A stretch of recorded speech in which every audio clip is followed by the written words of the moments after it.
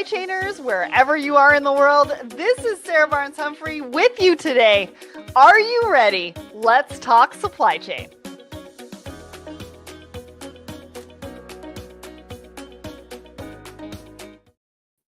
Hello, everyone, and welcome to Thoughts and Coffee. My name is Sarah Barnes-Humphrey. I'm the founder and host of Let's Talk Supply Chain, as well as the Blended Podcast and the founder of the Blended Pledge.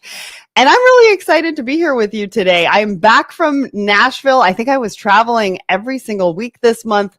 Now we're back in studio. We've got a lot of really great live events coming at you in June and so many things that we're working on that we could get to now that I'm back in my home studio. And today I have my trade bestie, Audrey Ross, who's going to be joining me in just a little bit. But first, we do need to talk about our show sponsor. So our show sponsor is the Secret Society of Supply Chain. If you have not been to secretsocietyofsupplychain.com, head over there right now. We have a free membership group for everyone in supply chain, and our community is blowing it up with conversations. Plus, we have a Woman in Supply Chains Connections group, and that is specifically for women in the industry. And we're bringing everybody together on a regular basis with great programming, conversations, dinners around the world, getting together in person. And that link is in the comments right now. So go and check that out. Plus, we've got the Supply Chain Marketing Masters program in collaboration with Supply Chain Brain. So if you're a marketing professional in supply chain, go and check that out, because we do monthly cohorts and we get you in front of the right people to ask those right questions. All right, let's get to what is happening at Let's Talk Supply Chain this week. So we've got a brand new episode with Uber Freight. If you have ever wondered what Uber Freight is doing, how they have $20 billion of freight under management, this is the episode for you. So, because they have not been on the show before, and so we dive deep into who they are, what they do, real life examples of how they help their customers, and answer this big question as well. So wherever you listen or watch the show, you can head over to Let's Talk Supply Chain YouTube page. It's also over on Apple and Spotify, wherever you listen to the show as well. So go and check that out. Great episode. And I learned a lot about them during that episode. All right. Next, I don't know if you guys saw this, but I posted about my experience in Nashville last week. If any of you have seen me in person at a conference, you know that I like to wear a blazer with matching Air Force Ones. And so we kicked off this post talking about the shoe game, because this is John Conrad over at Evans Transportation, and he was mentioning my shoe game. We had a great time. We interviewed Reveal. I was on stage actually with Fabletics and Tractor Supply Club, and they gave us some really cool insights into last mile delivery, which I'm actually going to share with you on our first article as well. We did an episode with Birdseye, which is going to come up. And then I didn't even know Rivian had trucks, but I got a chance to get in one and honk the horn. I don't think we used that video, but that was a lot of fun. And so it was great to see everybody in Nashville. We also did a Woman in Supply Chain dinner as well, which we are going to be sharing a little bit later on this week. And tomorrow, I don't know what you're doing tomorrow at 11 a.m. Eastern, but we have a brand new episode of On the Margins. So MVK is my co-host for that particular show. Even if you can't attend live, go and click the attend button, because we're going to be unpacking tariff turmoil. And this is insights from a business reporter. Now, we had the chance at Coupa Inspire, not last week, but the week before, to sit down with Mark and talk about the big T word and what he's hearing, what he's reporting on, and so much more. So you're not going to want to miss that one.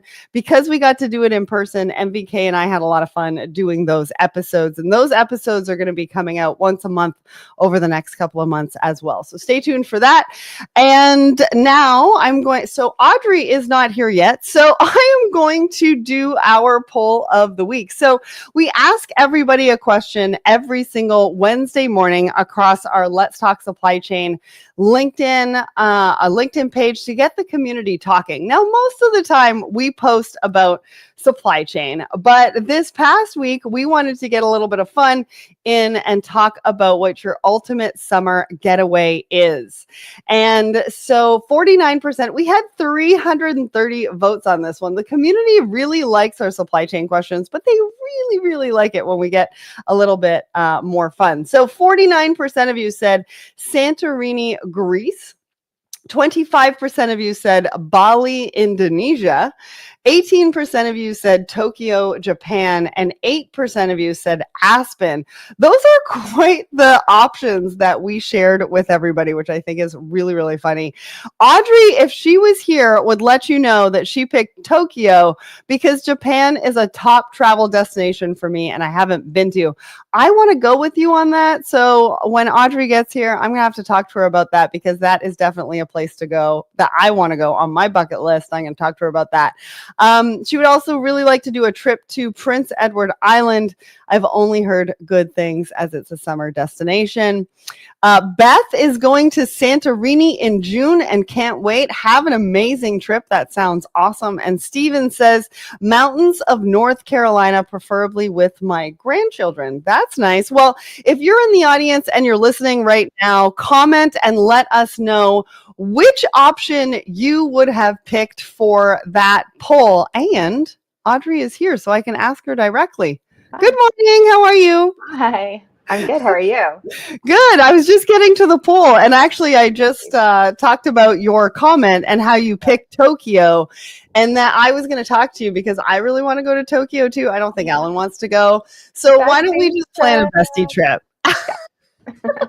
Because I was watching a show yesterday, actually, and they went to Tokyo, and I was like, I really want to go to Tokyo. So the universe has kind of put it in front of me twice. So I think it's probably about time that I need to pick, I need to make some plans to go to Tokyo.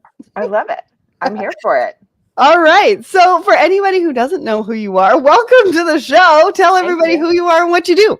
Yeah. Okay. I'm Audrey Ross. I'm sitting here in Toronto. It's supposed to be a lovely day here. Toronto's finally picked up in the spring to summer weather. We're going to hit 22°C today, which I think is 76, 77 F. I'm a little loose when it gets warmer. Yeah, I'm representing OIT Toronto, which is a group that supports the advancement of women in trade, and also representing underrepresented groups in their international trade journey, which of course in this day and age has become more important than ever to get everybody out and trading and exporting. And so, yeah. So much to talk about. I want to give a shout out to Adilis. I probably just butchered your name.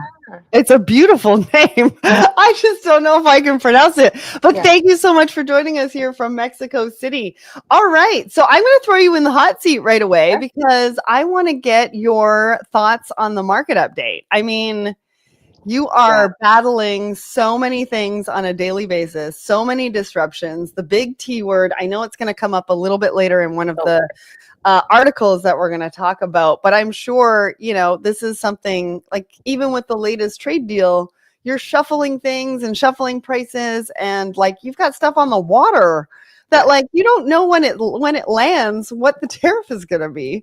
So talk to us about the market update. What are you going through right now? Yeah, so I mean, physically and logistically, we've still got the challenges in the Red Sea. So if you're moving goods into Europe, your speed to market is just it has been shot for about almost 2 years now. I think Lars Jensen is reporting like day 500 and something of the crisis. Yeah, it's been ongoing. So I think most of us, if you're a regular shipper into Europe, you've adjusted for that timeline. You might be using rail as an alternative. It's a good alternative. There's some air shipping available, but that doesn't help your carbon reporting when you're going into the EU, who has growing and increasing regulations on carbon and carbon tracking. So, it definitely, that Red Sea is still a big point of concern for anyone kind of moving in those markets. They also did have a vessel issue just off the coast of, hi Jerome, just off the coast of India the other day. So, the crew members are reported safe, but there was like a listing and then a sinking Oh. of a vessel. So a small, I think 4,000 TEU. Of course, with some dangerous goods on board, of course, with some fuel. So, it's just not safe for the ocean environment. So that did happen this past week into North America. Everything would be relatively on track. The Panama Canal, we can talk to our friend Demo, but like Panama Canal is like ready to go. Stuff is moving into New York very quickly. We're on like a 5-week, I think 5 weeks to 6 weeks, with a nice transit time. Coming to Canada, I'll move to Canada before mentioning the T word. Coming into Canada, it has been very congested. We've seen a lot of delays between Prince Rupert, Vancouver, loading onto rail and actually getting inland. So, things that I'm moving into Toronto, Montreal, or our team are moving, just taking an extra time, and kind of unexpectedly. It's like they're not able to communicate. There's no predictability to it. It's just add extra time, which is really tough in this market. Before you go to the big T word, Yeah. are we having a Canada Post strike? Like, what's happening? I'm not sure. I haven't heard anything since Friday. So Okay. So yeah. still up in the air. It I could think it's still happen, up in the people. air. Could happen. Got it. Happened in December, which was really rough. It caused a lot of delays and issues. So hopefully they can kind of get that back on track. Yeah. Anything like that, of course, is very disruptive. So yeah. Yeah. Are we talking tariffs, or are we moving right into Yeah. articles? Go ahead. Okay. Do tariffs, and then we'll talk about it So also with our second it's article. like small t tariff impact, because we'll stick with the logistics. Is that going in anything that was supposed to go into the US in the last, there've been kind of these announcements, right? So if you had the announcement on April 2nd and that affected you, you probably pulled back your cargo or holding your cargo. So now with the new announcements on May 12th, 14th, now everything's a go, go. And we can hear from people in the industry, Ardent Global, Flexport, all of the kind of big, OEC, all of them are saying that cargo bookings are up, cargo moves are up. So they've had sort of a lull and a big spike right after the usual week-long holiday that we have in May from Asia, if you ship from Asia. And then, coming into, all of those vessels are start to come in kind of end of this month, beginning of June. We'll see what that looks like for the rest of the summer. I still have questions about the 90-day expiry. It's unclear if your vessel departs before the 90-day expiry, Right. is there an in-transit exemption? I'm gonna end up posting on LinkedIn because I can't find it anywhere and no one's really talked about it. But it's kind of crucial for people who are like, well, do I bother? Right. Do I bother shipping something if I can't get it right? Like if I had it ready now, like I put it on the water.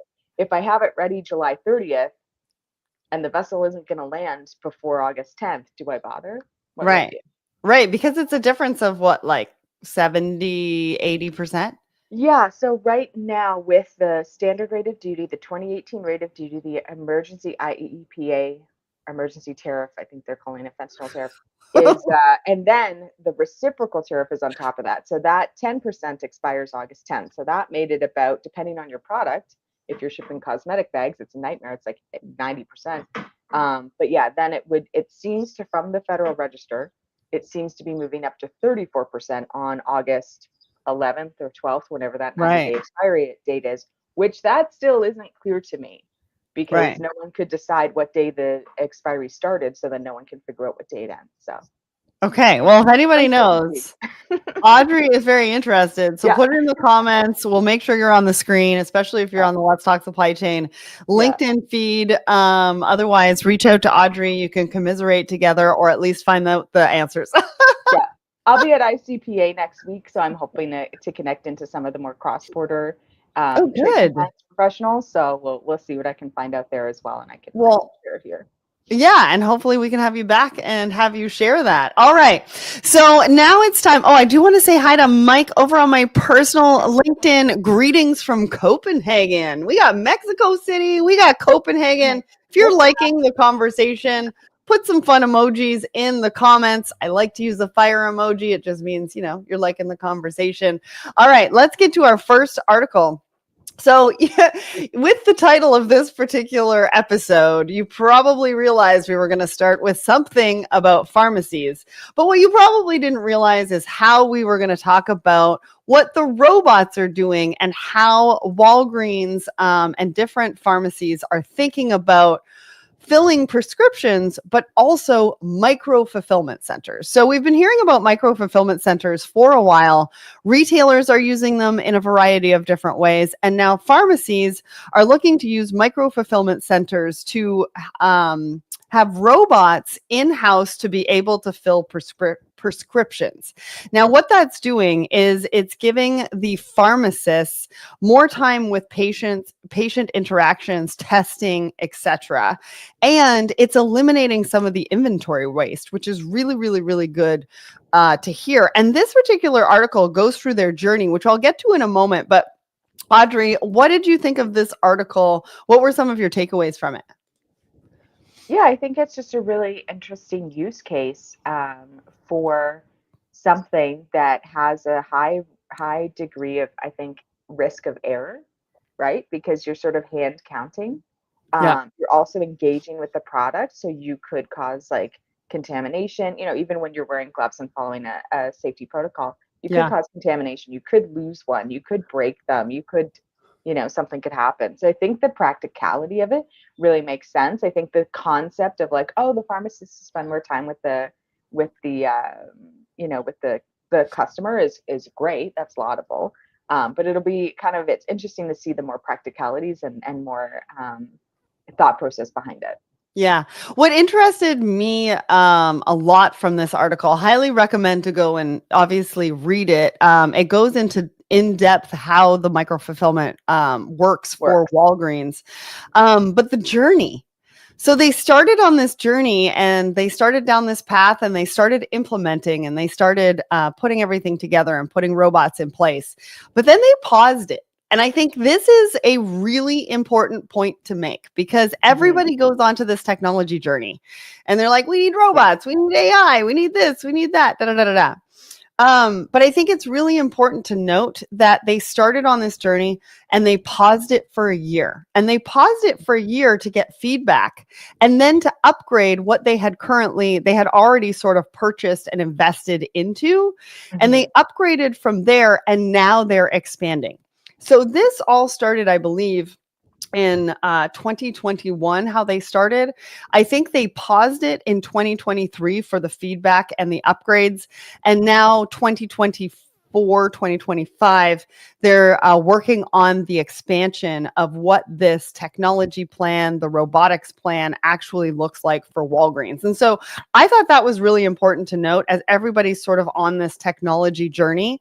And we really don't know what we don't know until we get into it. And I think it's important for us to be okay with pausing, getting that feedback, because I think that feedback is really, really important. I think the other part of this is that they are saying that they're getting $500 million in savings from these micro fulfillment centers. Wow. And a couple of things that they're using the technology to do is they're preventing incorrect pills. So obviously, that you were saying with the manual and the human interaction, that could happen. I mean, with robots, it probably could happen too, but we're minimizing it, hopefully. And then also, they're utilizing technology to figure out whether they're going to fill a prescription on site or whether they're going to fill it in the micro fulfillment center, which I thought was pretty crucial, right? Because that's not something that you can decide necessarily in that moment as somebody going to check inventory, figuring out how much they need, and then learning whether you could do that on site or not. You've got technology that can make that decision like that. I thought that was cool. And one other thing I wanted to note, so when I was on stage with Fabletics at Home Delivery World, one of the things that they talked about was the customer experience and last mile delivery. And they talked about how last mile delivery actually goes into the fitting room now. So it's not just last mile delivery getting delivered into or to a door, somebody's house, somebody's door. They're now talking about technology of bringing that last mile delivery into the fitting room.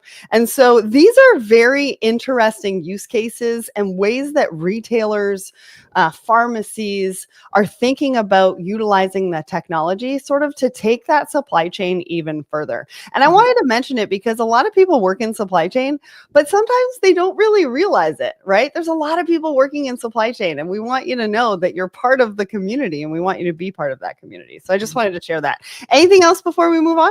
No, just to say, like, even in supply chain, like, I don't see what happens necessarily on the shelf, right? That's a whole, that whole in-store experience or that whole what the pharmacist is dealing with on site. I would be interested to know if a person in supply chain and pharma really has that insight of Right. how what they're doing kind of in warehousing and in international and the demand planning and everything, how it affects that kind of on-site experience. But this again is such a great case study from Walgreens of like that in-depth thought process, experience process, and then they've got the good numbers and metrics on what's happening.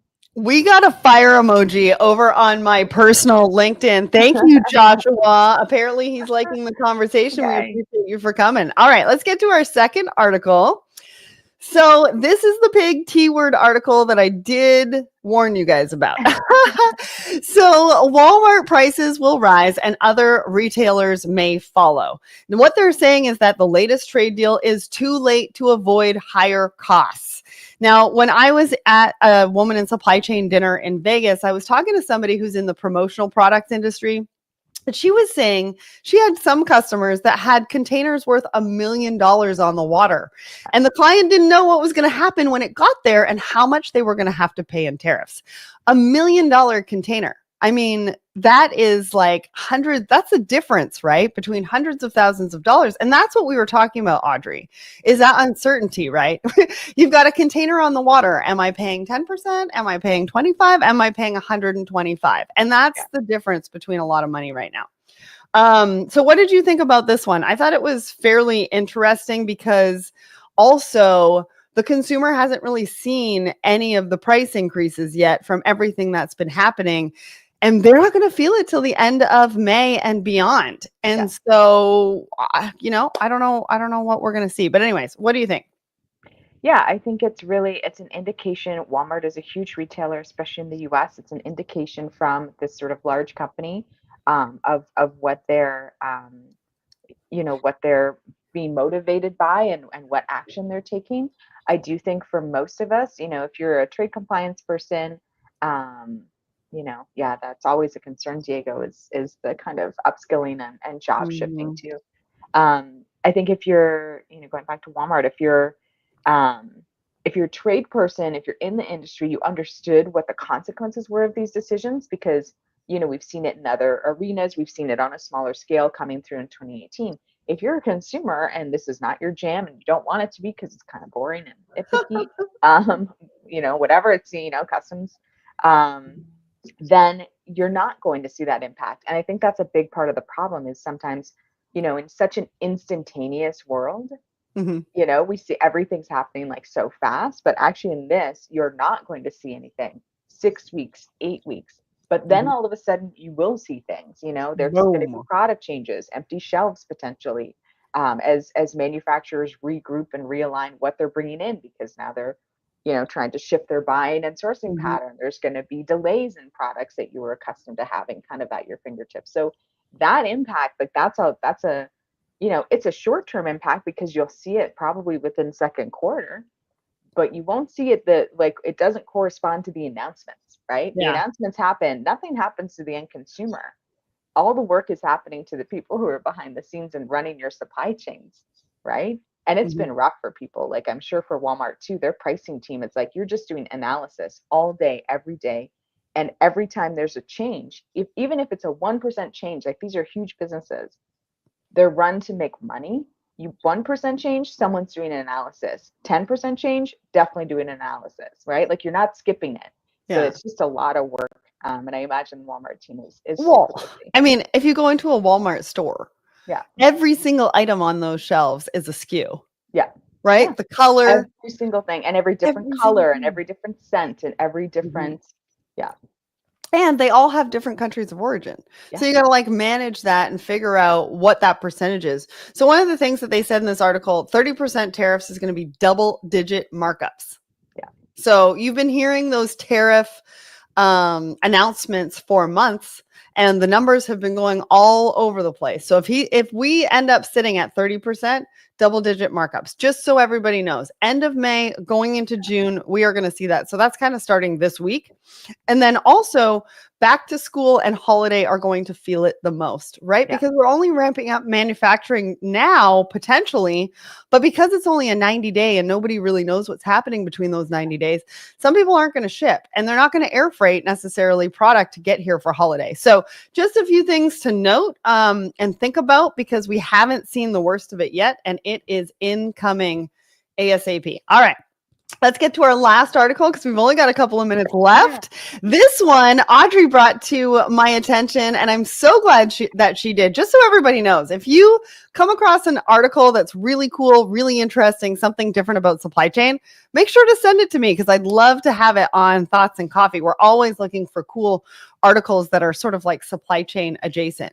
Now, this one is about how Coca-Cola is doing reverse vending machines. Now, I didn't realize this. I guess I probably should have, but they're the largest contributor to plastic pollution. And so they are really working hard to figure out how that they can be part of the solution and not part of the challenge. But the interesting part of this is that you get rewards for returning your plastic bottles to these reverse vending machines. So why did you choose this? What did you think about this article? I just thought it was fascinating because, we see a lot of, we've talked on the show before about recycling and how there can be a burden on the municipality or the town that the products are kind of ending up in. Right. And so I just thought it was fascinating. I hadn't really heard about this yet, that Coca-Cola, who's again a large kind of industry driver, is kind of working on this program. And it just makes so much sense to have it like this, the trade, right? It's like you barter, like, okay, I get a new Coke and I give you my, here's my empty, it especially makes sense in an area like a picnic area or, an amusement park where it's like you're probably drinking the beverage there and you're done with it, right? But like it fascinated me. I thought it was great. It's great use of technology. It's a great use of incentive programs to kind of help with that recycling. So I'm curious what you thought too. Yeah, they're turning plastics into clothes, bags, and packaging. What I was wondering though is that they're piloting this project in India. Yeah. And so I was just sort of, I guess my question from this article is, why India first? And when would it come to the US? Because I think it would be great to have something like this here with all of the attractions and different things that we have, and people drinking from plastic bottles all the time. I'd love to sort of see the impact of it here as well. I mean, obviously globally.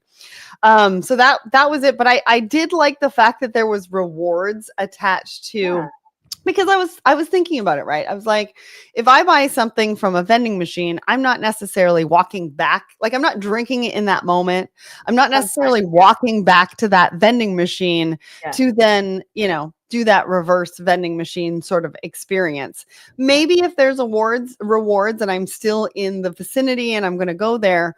Or like, how many of these machines do they have to have? And so I'm sure they're still doing testing and trying to figure out all of these things. But those were some of the questions that I kind of had. And I think we need to test them in different areas because obviously different countries have different thoughts about this too. So which country would be the ones who would recycle the most? Maybe I thought would be kind of cool too. Yeah.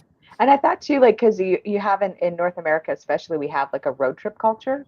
So it's kind of thinking like if you were, if you're down south and you pick it up at a Buc-ee's and then you go to the next Buc-ee's and you can kind of put it in there. Buc-ee's is a chain in the US. But like, or a gas station, like the gas station or what do you call them? Like fuel centers or truck stops, or it's like in Canada, you could go from one en route in Ontario to the next en route. Right. And then it still functions that way. So it's interesting to see what their testing will be. And I think testing in, maybe in India has like a big market. It's a popular product.